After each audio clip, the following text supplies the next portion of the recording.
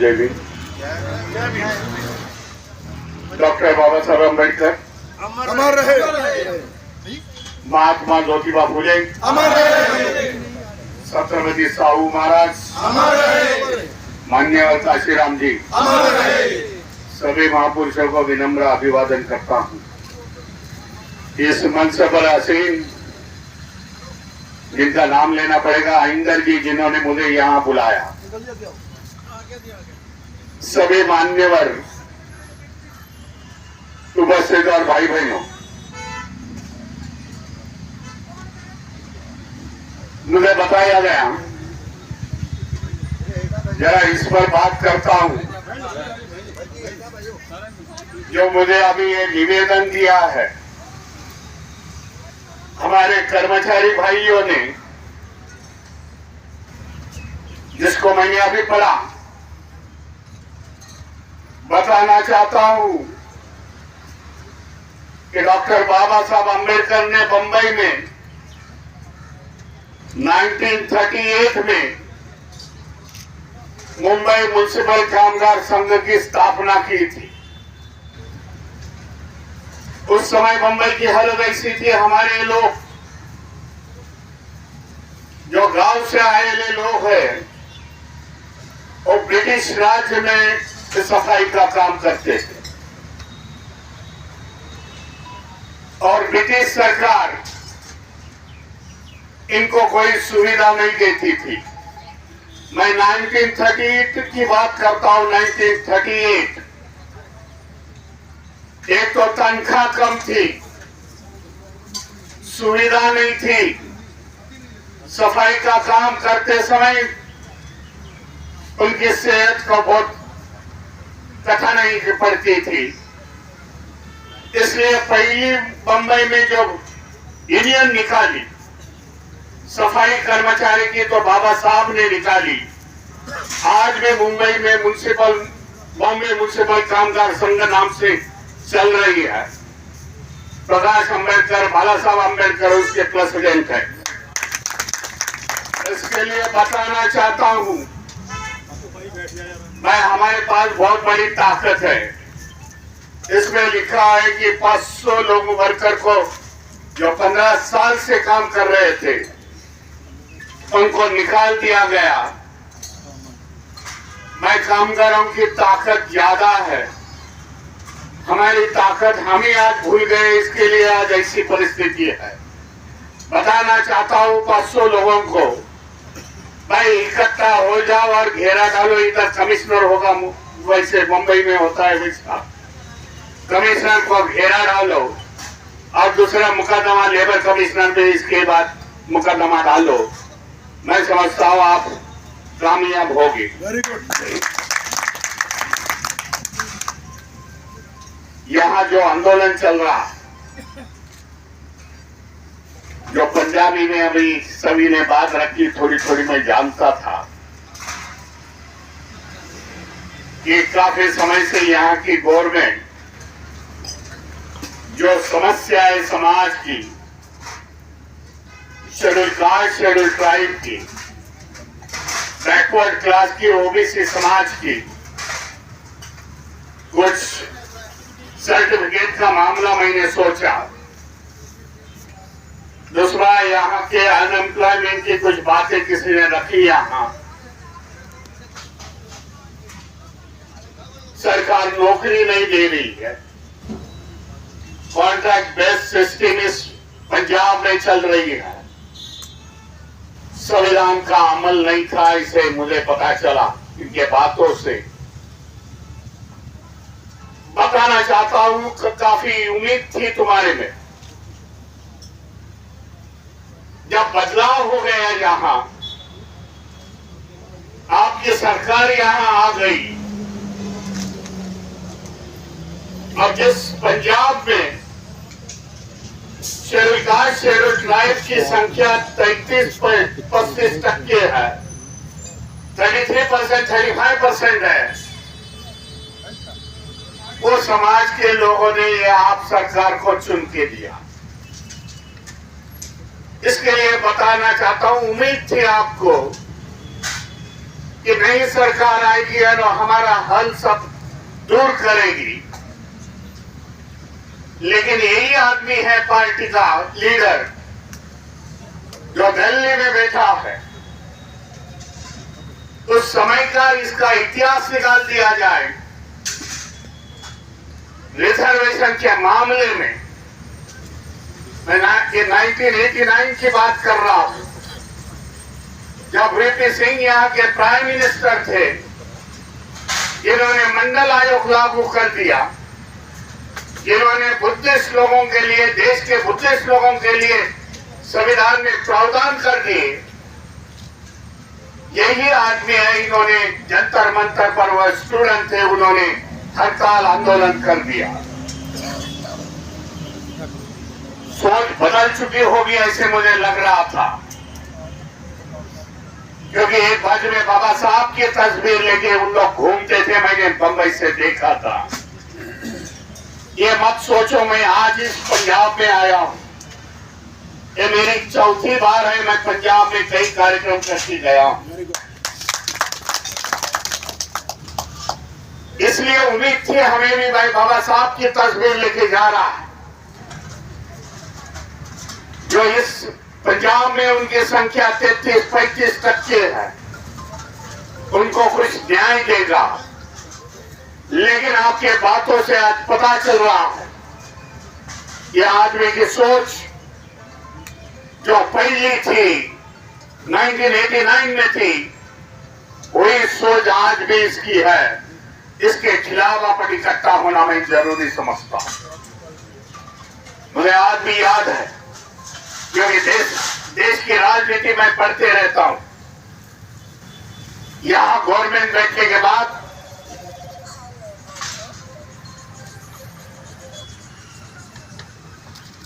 यहां state government बैठने के बाद जब अपर हाउस के चुनाव हो गए, जो 6 सीटें जा रही थी, याद करो आप भी, तब 6 सीटों में से उन्होंने जो लिया वो जनरल कैटेगरी के लोग लिए। आपने भी उम्मीद की होगी कि 6 लोगों में कोई ना कोई तो शेड्यूल कास्ट का, शेड्यूल ट्राइब का, बाबा साहब को मानने वाले आदमी को चुनौती मिल जाए, लेकिन ऐसा हुआ नहीं। 6 के 6 पार्लियामेंट के अपर हाउस में इन्होंने चुन के दिए। उस समय आपने सोचना चाहिए था, आदमी हमारे लिए खतरा है। आज मैं पंजाब में देख रहा हूं, सुबह से मैं 2 कार्यक्रम करके आया हूं। हमारे लोगों की अनेक संगठनाएं इधर चल रही है, विविध नाम से चल रही है, बाबा साहब की तस्वीर लेके चल रही है। भाई समय कठिन है, पंजाब का ही नहीं तो पूरे देश का समय आज कठिन चल रहा। कठिन किसके लिए चल रहा है? कि हमारे लिए चल रहा है, वंचित समाज के लिए चल रहा है, शेड्यूल कास्ट शेड्यूल ट्राइब के लिए चल रहा। क्योंकि जो विचारधारा आज देश में काम कर रही है, जो पंजाब में काम कर रही है, वो विचारधारा नहीं मानती कि बाबा साहब के अनुयायी, बाबा साहब को मानने वाले लोग आगे निकल जाए, पढ़ाई में आगे निकल जाए, सामाजिक स्टेटस में आगे निकल जाए, बड़े बड़े उद्योग में निकल जाए। ये नहीं मानते हैं। ये आज की असलियत है पूरे देश की। इसके लिए जो केंद्र में मोदी सरकार है, उन्होंने तेर लिया है और उसी के रास्ते में आज पंजाब की सरकार चल रही। उन्होंने देखा कि बाबा साहब के अनुयायी, बाबा साहब को मानने वाले जो करोड़ों लोग हैं, और शिक्षा में आगे निकल चल रहे हैं। इसके लिए शिक्षा का प्राइवेटाइजेशन हो चुका है, जिसको आप निजीकरण बोल सकते हो। निजीकरण होने के बाद जो फी लगेगी हमारे बच्चों को, और फी इतनी महंगी कर जाएगी कि हम उसको अफोर्ड नहीं कर सकेंगे, हम लोग नहीं भर पाएंगे, क्योंकि ये ब्रेक करने का वादा है। समाज की एजुकेशन सिस्टम जो चल रही थी उसको ब्रेक करने का ये स्टेट गवर्नमेंट और सेंट्रल गवर्नमेंट ने फायदा उठा दिया है। इसके लिए एजुकेशन के बाद जो बाबा साहब ने संविधान में प्रावधान किया हुआ था, सेक्शन 340 सेक्शन 341 में, कि हमें रिजर्वेशन गवर्नमेंट के हर एक डिपार्टमेंट में मिलना चाहिए। आज 10 साल में यहाँ के सरकार ने गवर्नमेंट के निजीकरण कर दी। सरकारी जो कंपनियां थी वो बेच दी। रिजर्वेशन खत्म करने का मामला देश में चल रहा। कई हमारे संगठन है महाराष्ट्र से, देश के कई कोपरे से है, उन्होंने पिटीशन फाइल कर दी है जो सुप्रीम कोर्ट में आज प्रलंबित है, पेंडिंग है। पर हमें रिजर्वेशन चाहिए, रिजर्वेशन इन प्रमोशन चाहिए। लेकिन ये पिटीशन आज भी 3-3 साल उधर पेंडिंग है। ये सब साजिश है भाई यहाँ की। यहाँ की सिस्टम हमें अलाउ नहीं करेगी आगे बढ़ने के लिए। इसके लिए हमें इकट्ठा होना पड़ेगा। बीच में कोई वक्ता मेरे सामने बोल रहा था एक गैर राजनीतिक दल का आंदोलन चल रहा। पर गैर राजनीतिक आंदोलन है तो सरकार डरेगी नहीं। सरकार डरती है, खाली राजनीति में डरती है। राजनीतिक पार्टियां जब खड़ी रहेंगी आपके साथ तो सरकार डरेगी, क्योंकि सरकार को डर है कि पंजाब का उदाहरण लेते समय हम लोग एक ही छाते के नीचे, एक ही पार्टी के नीचे आ गए, तो यहाँ की सरकार को डर है, मैं समझता हूं। आज इसके लिए मैंने पिछली बार बोला कि हम लोग ने हमारी ताकत नहीं पहचानी। राजनीतिक ताकत हमें हमारी पहचाननी पड़ेगी। इतनी ताकत है इस देश में। जो शेड्यूल कास्ट, शेड्यूल ट्राइब, वंचित समाज है उसकी संख्या 85%। जो बिहार में सेंसस हो गया ओबीसी समाज का, शेड्यूल कास्ट समाज का, और सेंसस की आंकड़ेवारी आ गई 65%। वहां के स्टेट के लोग हैं। पंजाब में देखा जाए तो हमारी वैसी आंकड़ेवारी आएगी। यही सब लोग इकट्ठा जम गए एक ही बैनर के नीचे, तो मैं समझता हूं यहाँ बदलाव होगा। तुम किसी के पास ऐसे पर्चे लेके नहीं खड़े रह सकते। भाई हमारी ताकतों से हम लोग इस पंजाब पर राज करते सकते हैं, ये सोच लो। क्योंकि बाबा साहब ने उसी समय में लिखा हुआ था, जाओ अपने घर के दीवारों पर लिख लो कि हमें शासन करती जमात बननी है। वो संदेश यूपी में गया, जिसके लिए उन लोग शासन करती जमात बन गए। आज इस संदेश मेरे को लगता है पंजाब में घुमाओ तू सब जान, ये आने वाले समय में हमें शासन करती जमात बननी है। सत्ते में हमें भागीदारी होनी चाहिए। हम किसी से ब्लाइंड फॉलोअर नहीं, हम किसी के गुलाम नहीं हैं। तो सोचना पड़ेगा आपको। इसके लिए इंडिपेंडेंट खड़ा रहना मैं समझता हूँ बहुत जरूरी बात है। इसके लिए पॉलिटिकल पार्टी होनी जरूरी है, मैं समझता हूँ। कई दिनों की मांग थी। उत्तर प्रदेश से जो हिंदी बेल्ट है वहां की मांग थी कि भाई जिस विचारधारे पर पार्टी बाबा साहब के नाम से चल रही थी, 4 बार मुख्यमंत्री पद मिल गए थे। आज उन्होंने विचारधारा, बाबा साहब की विचारधारा, मान्यवर कांशीराम की विचारधारा छोड़ गई है। मनुवादी ताकतों से उन्होंने हाथ जमा दिए हैं। इसके लिए मेरे पास सुझाव रखा, भाई कोई पॉलिटिकल प्लेटफॉर्म दे दो। मेरे पास तो आज तक तो 2 ही प्लेटफॉर्म थे। एक तो बुद्धिस्ट सोसाइटी ऑफ इंडिया थी, दूसरी बाजू में समता सैनिक दल जो बाबा साहब ने निकाली, दोनों संगठन में चलाता था। लेकिन ये डिमांड से मैंने प्रबुद्ध रिपब्लिकन पार्टी की अभी 3 महीना पहले मैंने स्थापित की। इसी सिलसिले में मैं आज पंजाब में आया था 2 मीटिंग करने के लिए। इंदर साहब ने बुलाया आपको।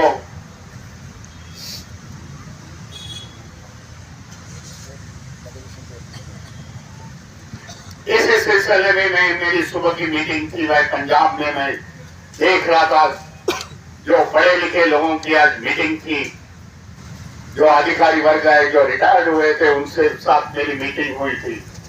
और अच्छा संकेत मिल जाए कि आने वाले समय में मैं प्रबुद्ध रिपब्लिकन पार्टी यहाँ निकालूंगा, आपके सम्मान के लिए, आपके अधिकार और हक के लिए लड़ूंगा यहाँ। क्योंकि बाबा साहब यहाँ पंजाब में 2 बार आ चुके हैं। मेरे पिताजी जो यशवंत राव, जिनको बोलते हैं यशवंत राव जी, जिसको महाराष्ट्र में देश में भैया साहब अम्बेडकर बोलते थे, वो होशियारपुर में 1962 में से यहाँ से पार्लियामेंट की इलेक्शन लड़ चुके हैं। नई पीढ़ी है, नया इतिहास है, आपके लिए जरा मालूमात नहीं होगा। 1962 में खाली 8,000 की 9,000 वोटों से पार्लियामेंट की इलेक्शन को या होशियारपुर से हार गए थे। इलेक्शन के लिए, प्रचार के लिए खाली 3 दिन आए थे, बाकी का समय उन्होंने महाराष्ट्र और देश के उत्तर भागों में लिया। इसके लिए पता चल रहा है मुझे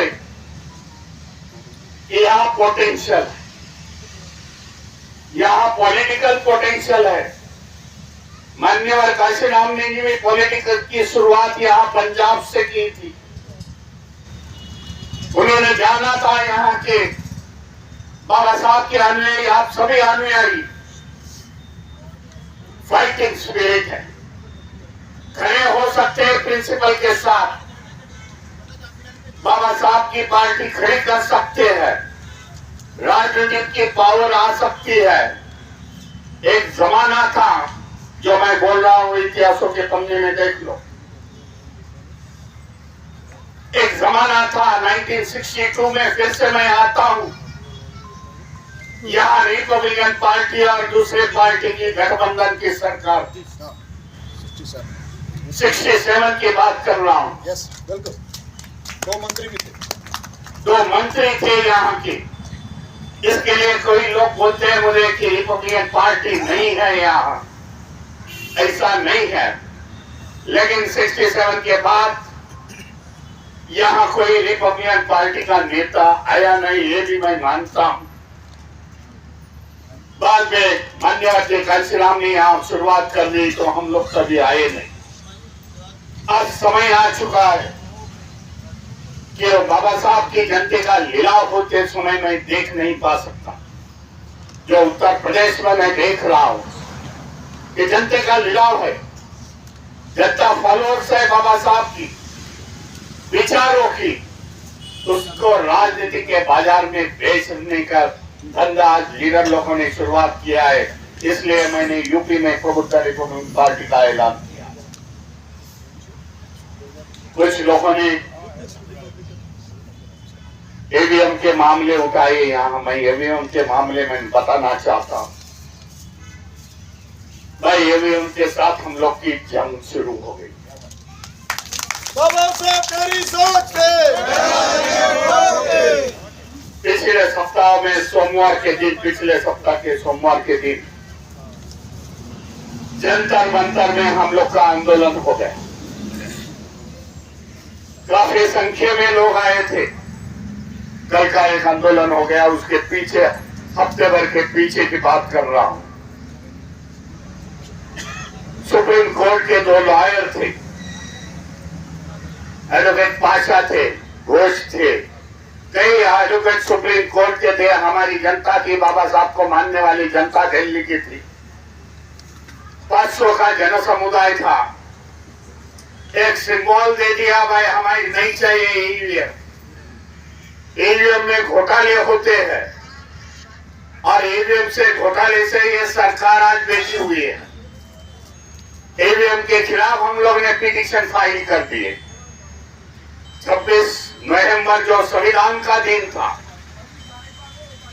कॉन्स्टिट्यूशनल डे जिसको बोलते हैं, उसी दिन हम लोग ने महाराष्ट्र से पूरे प्राइम मिनिस्टर के पीएमओ ऑफिस में, सीजीएस के ऑफिस में, chief justice of India, president के ऑफिस में हमारे ईमेल आ गए। हम उधर ही नहीं रुके, तो बुद्धिस्ट सोसाइटी ऑफ इंडिया के ब्रांचेस आज 22 राज्यों में है।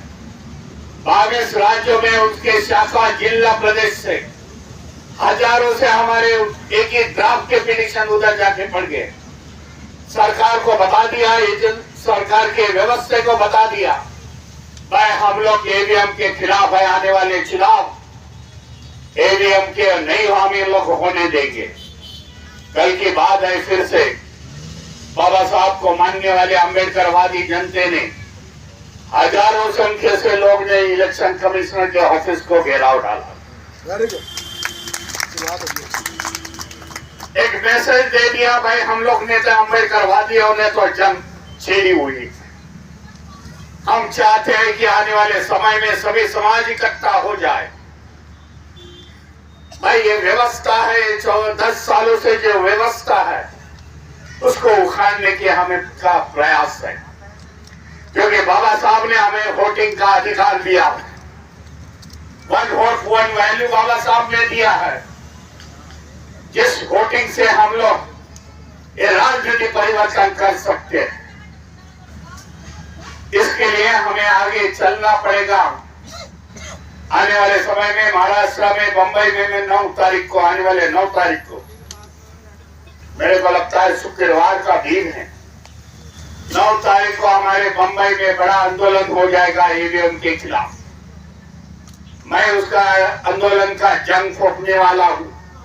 मेरे साथ कई संगठन, वहाँ आजाद मैदान करके ऐसा मैदान है, वहाँ शुरुआत होगी 10:30 बजे।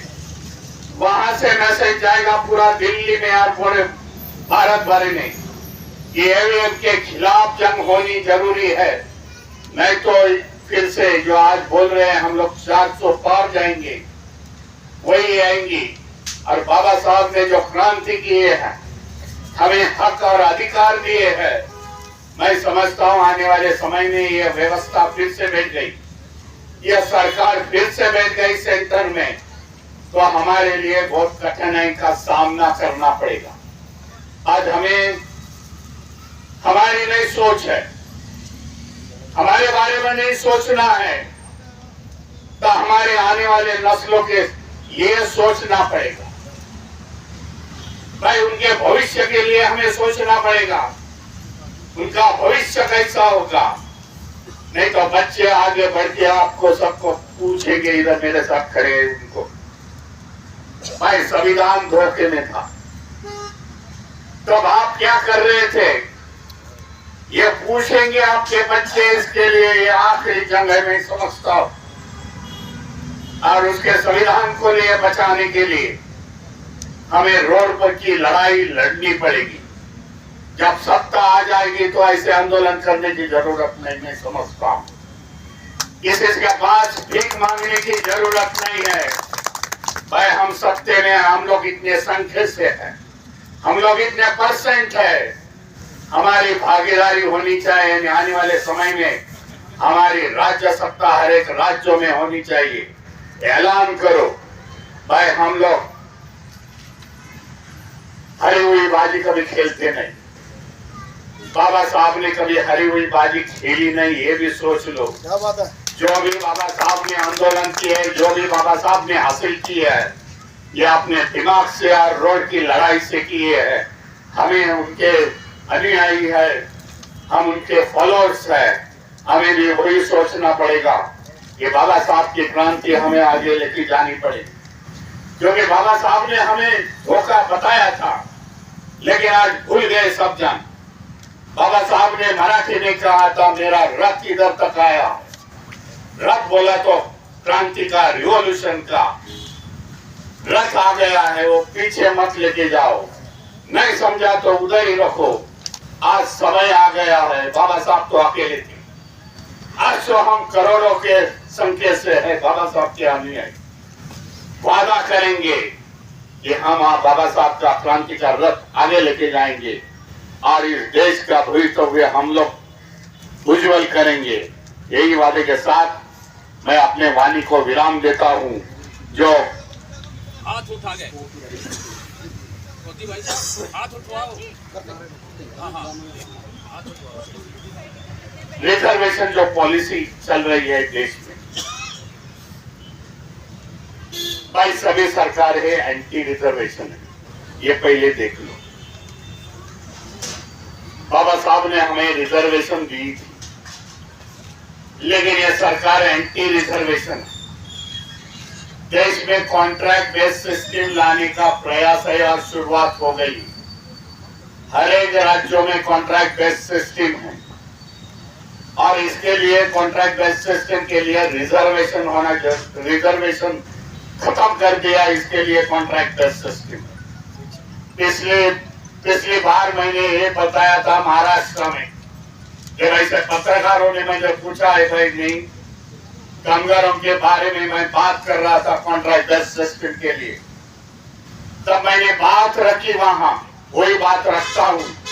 भाई देश में कॉन्ट्रैक्ट बेस्ड सिस्टम आती है तो यहाँ के नेता, यहाँ के जो राज्यकर्ता केंद्र के है, राज्य के है, उनको भी कॉन्ट्रैक्ट बेस्ड सिस्टम में लगा दो, तो भाई हम लोग को न्याय मिलेगा, हम लोग ये हमारी मांग छोड़ देंगे। भाई इस तरीके से देश में कॉन्ट्रैक्ट बेस्ड सिस्टम लाने का प्रयास यही है कि जो सरकारी कंपनियां है वो बेच चुकी है, जो कुछ बची हुई है 2024 में बेच गए तो वो भी बेच जाएगी।